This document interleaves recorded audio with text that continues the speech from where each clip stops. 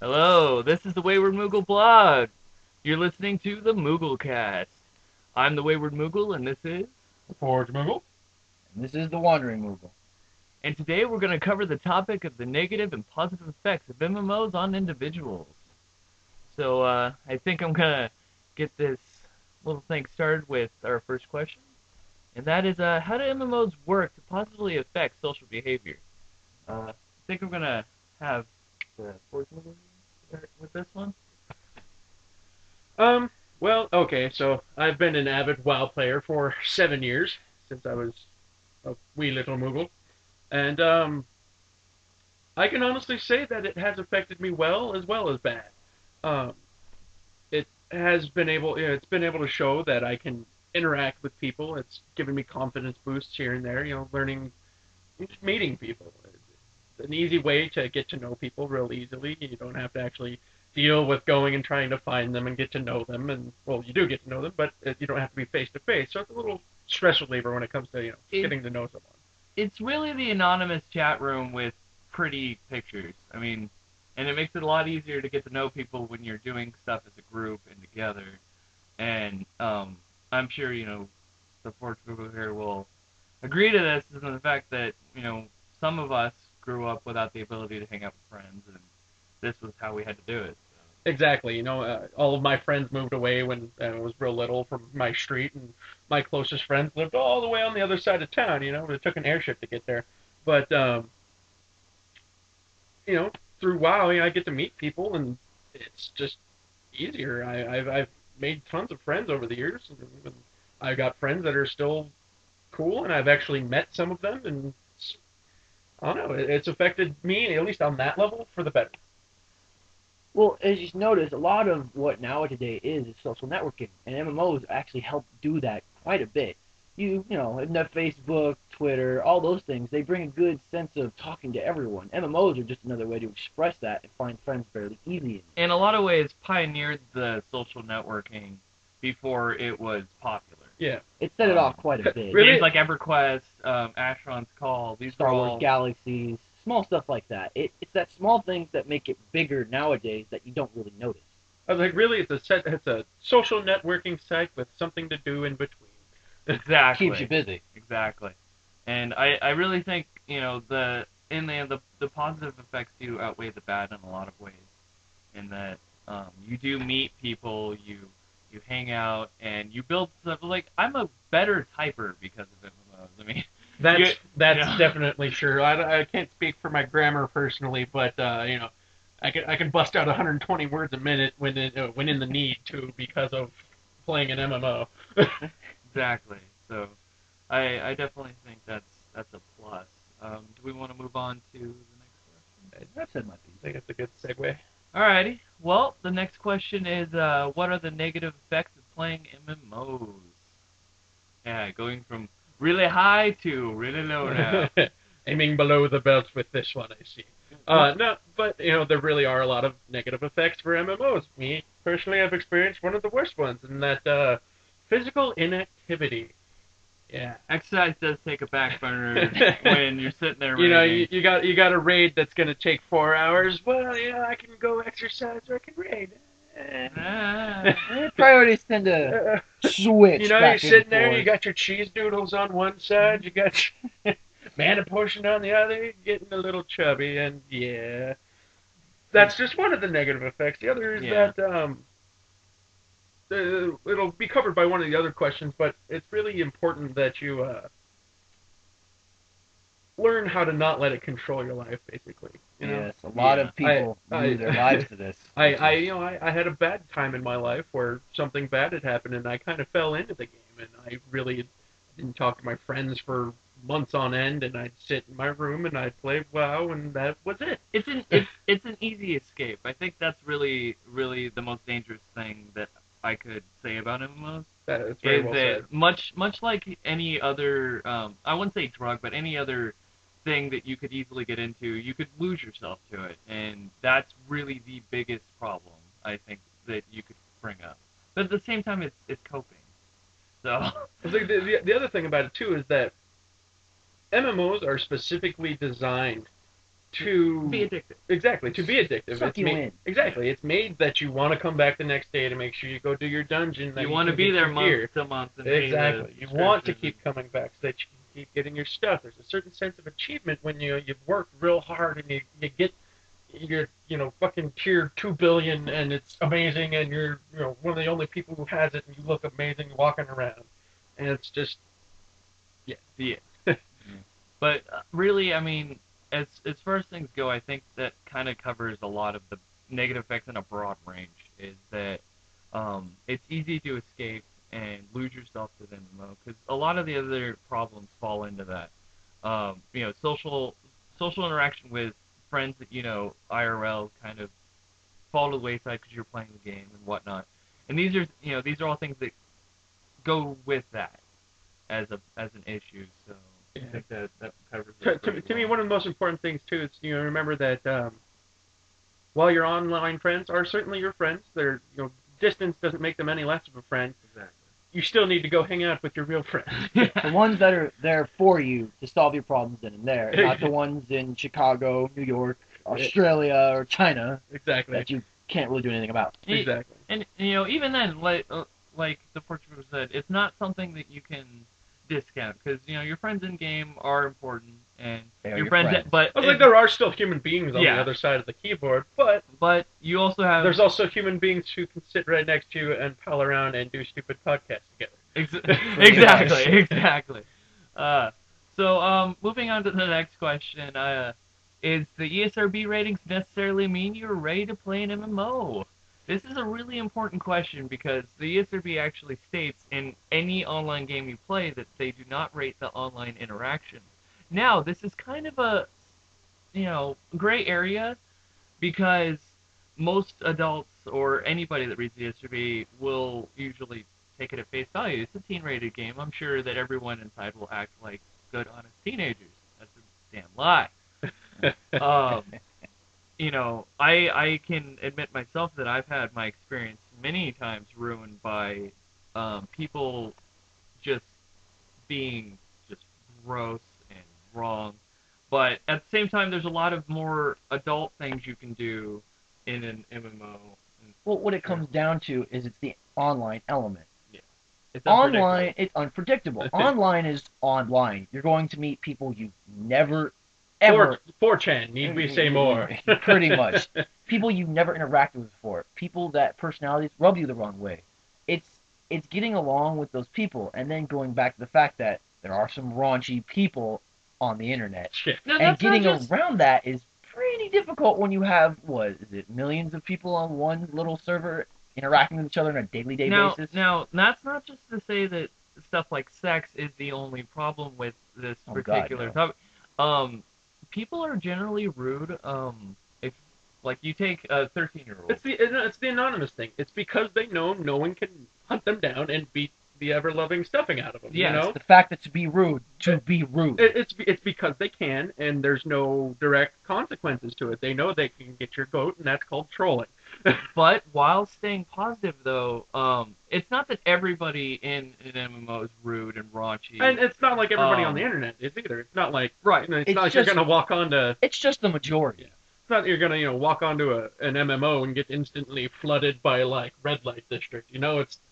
There are but good people it's the fact that it is out there. Yeah. And I just think it's what we're trying to address is that it is out there, and being a teenager or even adult, because I know some people that are really offended by certain stuff. You have to be ready for that going into an MMO, and the ESRB cannot prepare you for that properly. They only tell you the kind of content the game will provide you, not the content that people within the game. Yeah, they'll tell you that in the game you'll be chopping off elf ears and selling them to an orc for 5 gold. They're not going to tell you that this animated cartoon violence. Basically, for the ESRB on online games, don't take it at face value. It's an online game. Yeah. You're going to have to expect a little bit of something else. They're not going to tell you the guy in your guild is secretly a taxidermist who films people in the showers. Yeah, you gotta take it at face value for what it is. Exactly, and I think that covered that really well because the ESRB can only do so much, and soaking we in explaining how bad Just MMOs can get. Just remember, all of you, it is the interbutts. It is dirty. Yes, there are dirty places. Don't go in without your 4+ names. Yeah, no going in without proper gear. Yeah. So our next question is the importance of parental interaction with an MMO. Now this is kind of a two-sided argument because I know not everyone listening to this or everyone that plays MMOs is, of a certain age or older, but when you are a teenager, I think that it is really important to have a certain level of parental guidance, or even in the best case scenario, have them play with you. It's really important to have that kind of guidance, really. Yeah. I mean, now this is the one I was talking about earlier, where I was saying the later question will be kind of covering this too. Parental interaction, in my experience, is probably one of the most important things you could do for someone getting them an MMO. You're going to get little Timmy an MMO. Well, you got to make sure that he's not playing it 12 hours a day. You got to know his guild. You got to know the people he hangs out with. You got to know that, what the game is about. You can't get some little 12-year-old San Andreas and be like, hey, you're just going to go beat up women on the street for money. yeah. And it's the same in WoW. You can't. Or any MMO, really. Any MMO. It doesn't specifically WoW, but that's what I play, so that's probably what's going to get referenced most for me. But you can't let your 13-year-old kid be in a guild where there's 25, 27-year-olds who want to sit there and talk about what they're going to talk about, which is their right to talk about that. Right. But at the same time, you need to know who they're hanging out with, what they're doing, and it's not necessarily getting up in their business to the point where they're going to get mad at you. It's saying, hey, Timmy, are you hanging out with a bad crowd? Can I see who you hang out with? It's real life thing. It's know their friends, know what they're doing. I mean, and moderation. Moderation, yeah. Which is what we're covering next. In Yeah. fact, we'll lead right into that right now since they both kind of go together. Taking it in moderation. Wow. This topic cannot be more covered for an online game in any broad spec because of some of the things we all know people have done for being addicted to games. Yeah. When you sit there and play for 24 hours straight, get no sleep, and have a job the next day. I mean, really? Now, in moderation, really, it covers for a broad subject of not only games but alcohol and whatever. But MMOs especially is dangerous because if you don't play, you don't notice it's bad for you at first. Yeah. And if you don't play in moderation, harmless. it quickly becomes bad for you because you're not limiting yourself, you're not allowing yourself to do other things. And it can really sneak up on you because it's enjoyable, it's fun, it's exciting, but I hate to say this, so is, Alcohol, smoking or drinking. smoking. These are all things that you can do that without moderation can ruin your life. Yeah. I've always been a firm believer that moderation is key to life in general, and it goes specifically in this podcast to any game too. Yeah. You can sit there and play a game for 7 hours straight and look up and go, holy crap, it's been 7 hours and I've been sitting here doing nothing. That's just the nature of games. That's what they're made to do. They're made to be entertaining, just as fun as a movie. You sit there, you watch a movie, you don't realize you've been sitting there for 2 hours watching a screen.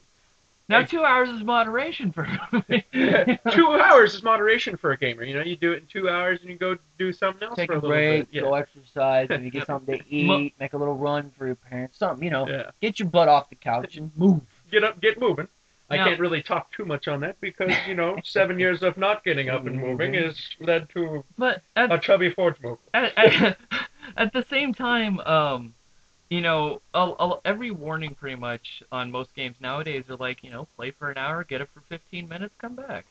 It's not it's something that the industry hasn't looked at before, and I know Nintendo has kind of waged their own little personal war on gamers getting up off the couch, but it's really one of those things. Moderation is more important than probably I think anything else we've talked about today. Well, most definitely, because moderation shows you the amount of work you're putting into your game. You're sitting there playing, going to a raid, and you're sitting there like, God, one more. A day just went by. You don't even realize it. Yeah. You're like, crap, I gotta get to sleep. I got work in 4 hours. I mean, after a while, it takes a toll on you to the point where you're gonna lose your job. You're gonna start making less money. You're not gonna have paying your bills. It's gonna hurt you. So, truthfully, this is probably the most important topic we talk about. I completely agree. Yeah.